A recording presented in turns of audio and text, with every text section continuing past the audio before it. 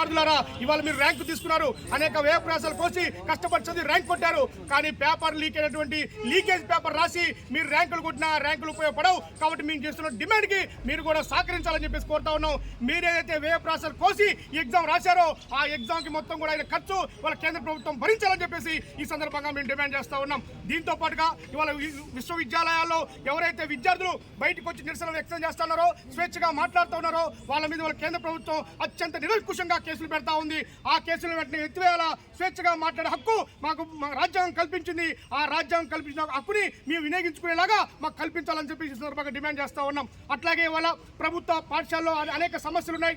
ఆ సమస్యలు వెంటనే పరిష్కరించాలా, మౌలిక వసతులు కల్పించాలని చెప్పేసి ఈ సందర్భంగా మేము డిమాండ్ చేస్తూ ఉన్నాం. ముఖ్యంగా సెమీ కార్పొరేట్ స్కూల్ వాళ్ళ ఫీజులు దోపిడీ పెద్ద ఎత్తున పెరిగిపోయింది.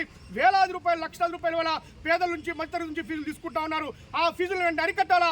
ఒక నియంత్రణ కమిటీ ఇవాళ కేంద్ర ప్రభుత్వం అట్లాగే రాష్ట్ర ప్రభుత్వం ఒక నియంత్రణ కమిటీ వేసి ఫీజులను అరికట్టాలని చెప్పేసి మేము డిమాండ్ చేస్తూ ఉన్నాం. అట్లాగే ఇవాళ విద్యాలయాల్ని ఇవాళ వస్తువుల దుకాణాలుగా మార్చారు, వస్తువులు అమ్ముకుంటున్నారు. ఇవాళ అన్ని రకాల సరుకులు అమ్ముకున్నట్టుగా ఇవాళ బుక్స్ మిగతా సంబంధించిన వస్తువులన్నీ అమ్ముకుంటున్నారు. ఆ వస్తువులు అమ్ముకోవడం నిలిపివేయాలా. ఇవాళ విద్యాలయాలు అంటే అమ్ముకునేటువంటి సరుకులు కాదు. ఇవాళ వాటిని అమ్మకుండా ఏదైతే బుక్స్, నోట్ బుక్స్ ఇవాళ విద్యాలయాలు అమ్ముతున్నారో వాటిని వెంటనే అరికట్టాలని చెప్పేసి ఈ సందర్భంగా మేము డిమాండ్ చేస్తూ ఉన్నాం. అట్లాగే ఇవాళ మొత్తం కొత్త చట్టాలు తెచ్చి ఇవాళ విద్యార్థి ఉద్యమాల మీద, యువజన ఉద్యమాల మీద ఉక్కుపాదం మోపేందుకు వాళ్ళ కేంద్ర ప్రభుత్వం చూస్తూ ఉంది.